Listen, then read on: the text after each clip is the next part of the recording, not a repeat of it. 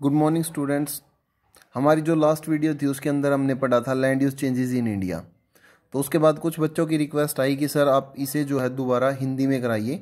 तो ये वीडियो जो है स्पेशली उन्हीं बच्चों के लिए है जिन्होंने रिक्वेस्ट की है। तो चलिए स्टार्ट करते हैं।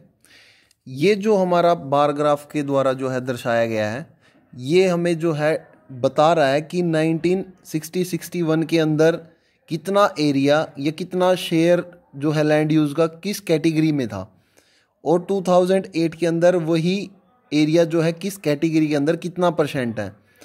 यानी कि 1960-61 के अंदर कितना एरिया फॉरेस्ट में था, ये जो लाइट कलर से शो हो रहा है, और 2008 और 9 के अंदर फॉरेस्ट के अंदर कितना एरिया, ये जो डार्क कलर से शो हो रहा है। तो ऐसे ही लाइट जो कलर है वो 1960-61 का है और डार्क जो कलर है वो 2008 और 9 का है। तो ये डाटा जो है हमें दिखा रहा है कि लैंड यूज़ कैटेगरी जो है 1960 के अंदर और 2008 के अंदर जो है उनके अंदर उस लैंड यूज़ के अंदर कितना परिवर्तन हुआ है, ये सब चीज़ें जो है इसके अंदर दिखाई गई है बार ग्राफ की सहायता से। जैसे ये जो लाइट कलर है ये 18% है, डार्क कलर है 23% है। तो ये दिखा रहा है कि 1960 के अंदर जो फॉरेस्ट का जो एरिया था, जो जंगल थे, वो 18% थी, लेकिन बढ़कर 2008 और 9 के अंदर ये 23% हो गई। ऐसे ही नॉन एग्रीकल्चर यूज़ जो एरिया था ये 1960 के अंदर जो है 5% था, अब बढ़कर 9% हो गया।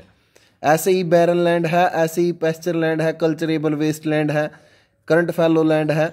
ऐसे ही नेट शोन एरिया है। नेट शोन एरिया जो 1960 में 45% था, अब 2008 और 9 के अंदर ये 46% हो गया, ये भी इंक्रीज हुआ है। तो ऐसे ही ये ग्राफ जो है इसके द्वारा हम पता लगा सकते हैं कि लैंड यूज जो चेंजेस है वो कितना हुआ है और किस कैटेगरी में हुआ है। तो बेसिकली इसके अंदर जो है 4 कैटेगरीज ऐसी है जिसके अंदर वृद्धि हुई है और 4 कैटेगरी ऐसी है जिसके अंदर कमी आई है। जिनके अंदर वृद्धि हुई है वो कौन कौन सा है? फॉरेस्ट का जो एरिया उसमें वृद्धि हुई है, नॉन एग्रीकल्चर यूज एरिया उसके अंदर भी वृद्धि हुई है, करंट फैलो जो लैंड है उसके अंदर भी वृद्धि हुई है, और नेट शोन एरिया जो है उसके अंदर भी वृद्धि हुई है। और 4 कैटेगरी ऐसी है जिनके अंदर कमी आई है, वो है barren and wasteland, permanent pasture tree crop, culturable wasteland, fallow other than current fallow. ये 4 कैटेगरी ऐसी है जिसके अंदर कमी आई है।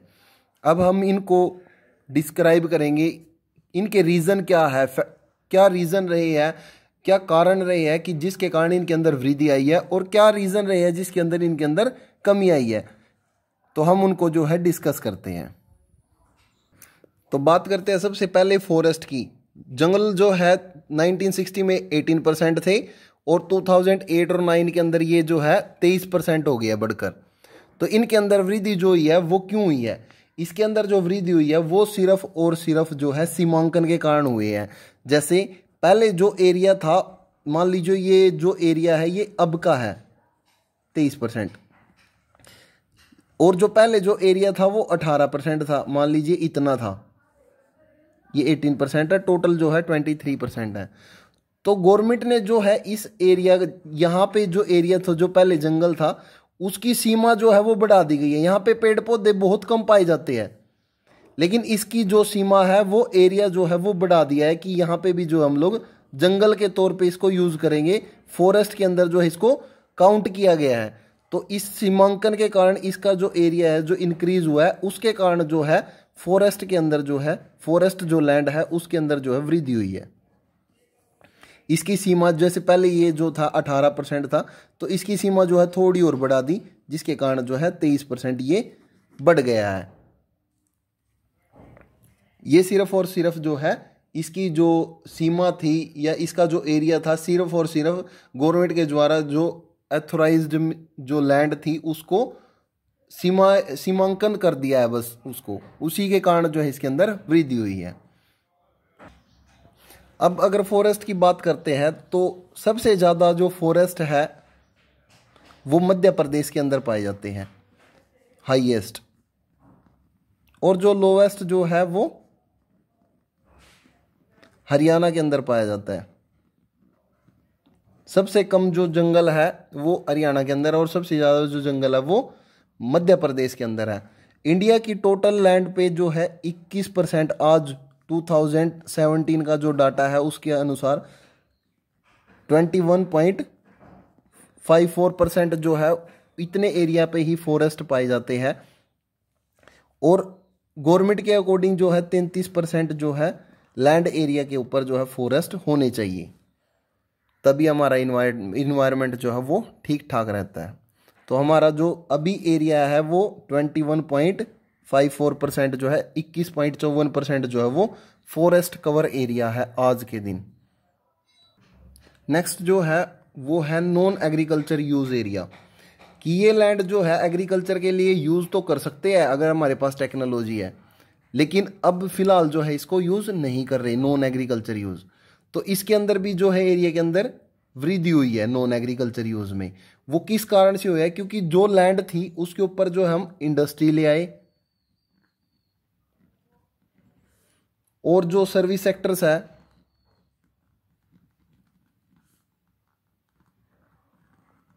इसके अंदर जो हमने इसका यूज करना स्टार्ट कर दिया इस लैंड का। और इनसे अलग जो है जैसे हमारे विलेज है, गांव है, शहर है, ये सारे का सारा जो है इसका भी एरिया जो है बढ़ रहा है, क्योंकि सिटीज भी जो है ग्रो कर रही है, गांव भी बढ़ रहे हैं, बाहर की तरफ जो है सिटीज और विलेज का दोनों का फैलाव जो है वो बाहर की तरफ है, जिसके कारण जो है नॉन एग्रीकल्चर लैंड यूज जो है उसमें भी वृद्धि हुई है। ये इसके जो है मेन फैक्टर है, जो नॉन एग्रीकल्चर यूज एरिया है उसके अंदर जो है वृद्धि होने का। इसके बाद जो थर्ड है हमारा वो है करंट फैलो, इसके अंदर भी जो है वृद्धि हुई है। इसके अंदर वृद्धि होने के पीछे रीजन क्या है? एक तो है वर्षा की अनियमितता,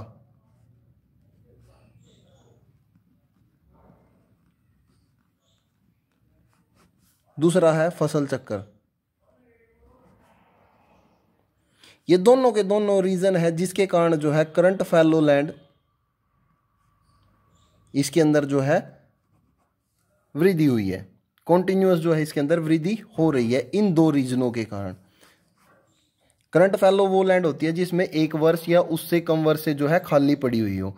तो खाली किस लिए छोड़ते हैं? क्योंकि उसके अंदर जो है फर्टिलिटी दोबारा उपजाऊ हो सके, वो जमीन जो है दोबारा एग्रीकल्चर के लिए अच्छी हो।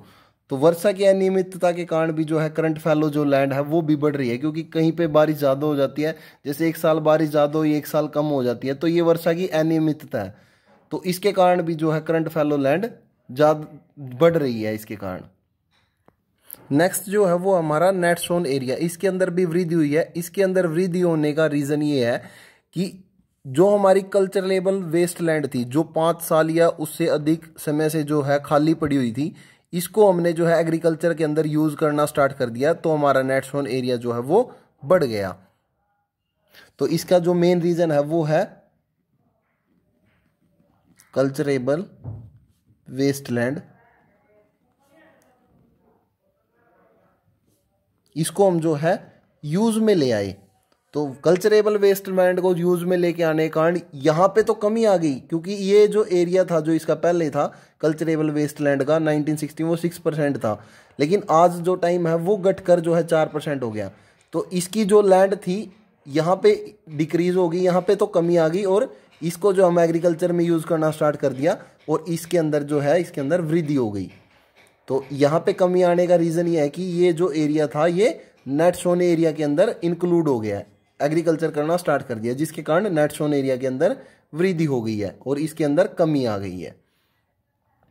नेक्स्ट जो है हमारी जो नेक्स्ट 4 कैटेगरीज है जिसके अंदर कमी आई है उनके बारे में डिस्कस करते हैं।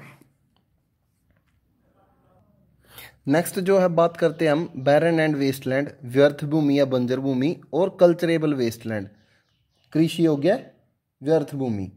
तो इनके अंदर कमी आने के पीछे रीज़न क्या है? इनके अंदर कमी आने के पीछे रीज़न ये है कि ये जो लैंड एरिया था जो पहले 1960 के अंदर जो है ये 12% था, अब 6% रह गया, और ये 6% था अब 4% रह गया है। तो इसके अंदर कमी आने के पीछे रीज़न ये है कि ये जो लैंड थी इसका जो हम लोग यूज़ जो है एग्रीकल्चर के अंदर, इस लैंड का एग्रीकल्चर और इंडस्ट्री के अंदर जो है करना स्टार्ट कर दिया है। ये जो लैंड थी बैरन एंड वेस्टलैंड और कल्चरेबल वेस्टलैंड, इसका जो यूज है हमने प्राइमरी सेक्टर में, सेकेंडरी सेक्टर में, इन सेक्टर्स के अंदर जो है जो खाली पड़ी हुई भूमि थी उसके ऊपर जो हमने इंडस्ट्रीज वगैरह लगा दी, जिसके कारण इसका जो है यूज होना स्टार्ट हो गया। तो ये जो लैंड है बेसिकली नॉन एग्रीकल्चर यूजेज में आ गई या एग्रीकल्चर यूजेज में चली गई, जिसके कारण अंदर जो है यहाँ पे तो कमी आई है इन दोनों के अंदर, और यहाँ पे नॉन एग्रीकल्चर यूजेज लैंड है जहाँ पे इंडस्ट्रीज वगैरह के कारण जो है इसके अंदर ग्रो ये बढ़ गई है पहले यूरोप में, और नेट शोन एरिया भी जो बढ़ा है वो इन्हीं के कारण बढ़ा है, क्योंकि यहाँ पे तो कमी आई है और यहाँ पे जो है एरिया बढ़ गया है इनका। नेक्स्ट जो है हमारी जो बच गई वो है permanent pasture and tree crops और फैलो अदर देन करंट फैलो। इनके अंदर कमी आने के पीछे क्या रीज़न है?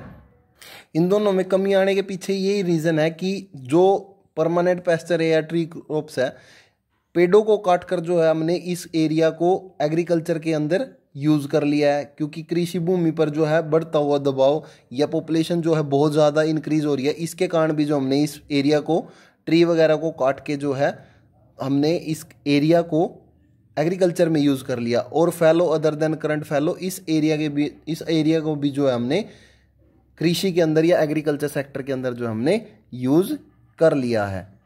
तो हमारा जो इसके अंदर जो है बेसिकली एग्रीकल्चर यूज़ में जो है हमने या कृषि कार्यों में हमने जो है इस लैंड को यूज़ कर लिया है। तो इसी के कारण जो है हमारी परमानेंट पेस्चर के अंदर जो है कमी आई है, और फैलो अदर देन करंट फैलो इसके अंदर भी जो है कमी आई है।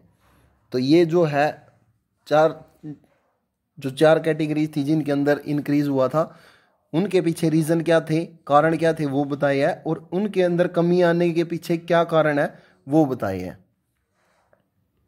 हमारा जो नेक्स्ट टॉपिक है इसी के अंदर वो है कॉमन प्रॉपर्टी रिसोर्सेज, साझा संपत्ति संसाधन। कोई भी संसाधन जो है स्वामित्व के आधार पे जो है इसको दो वर्गों में बांटा गया है। मालिकाना हक के अकॉर्डिंग जो है इसको दो वर्गों में बांटा गया है। पहला है जो निजी भू संपत्ति,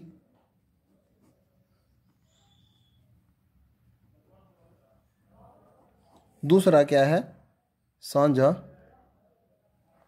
संपत्ति संसाधन।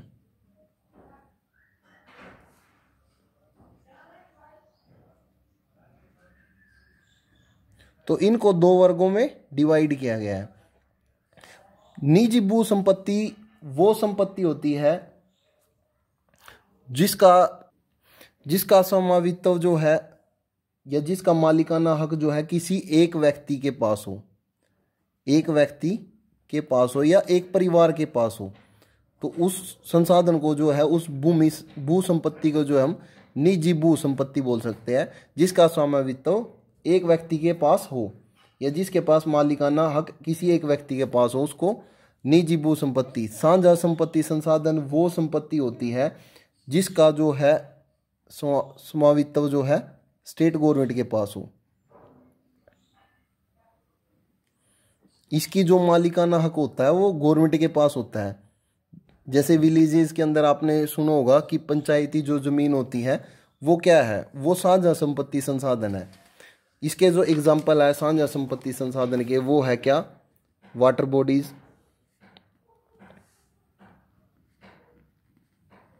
गांव के अंदर जो तालाब होते हैं वो क्या है, साझा संपत्ति संसाधन है। जहां पे पशुओं को जो नहलाने का कार्य किया जाता है वो वाटर बॉडीज है।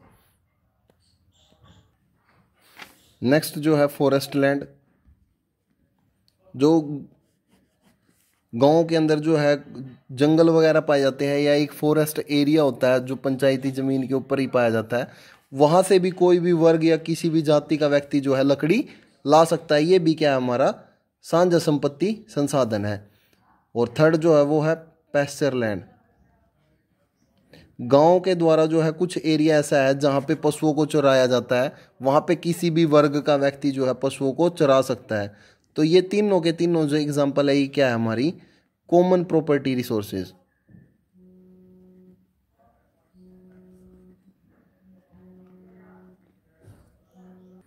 तो ये जो तीनों की तीनों चीजें हैं, ये वाटर बॉडीज, गांव के अंदर जो तालाब है जहाँ पशुओं को नहलाया जाता है, फॉरेस्ट लैंड और पैस्चर लैंड, ये सारे के सारे क्या है, ये कॉमन प्रॉपर्टी रिसोर्सेज है। और इनसे अलग जैसे शमशान घाट है, ये भी जो हमारा कॉमन प्रॉपर्टी रिसोर्सेज है, क्योंकि यहाँ पे भी कोई भी व्यक्ति हो, किसी भी वर्ग का हो, तो सभी को जो है एक साथ, या किसी भी वर्ग का व्यक्ति हो वहाँ पे, उनको भी जाने का अधिकार है शमशान घाट में। तो कोई भी व्यक्ति जब मर जाता है तो उसको वहाँ पे लेके जाया जाता है। तो शमशान घाट भी जो हमारा कॉमन प्रॉपर्टी रिसोर्सेज है।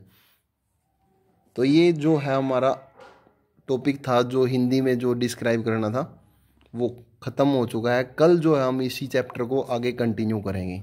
Thank you to all of you.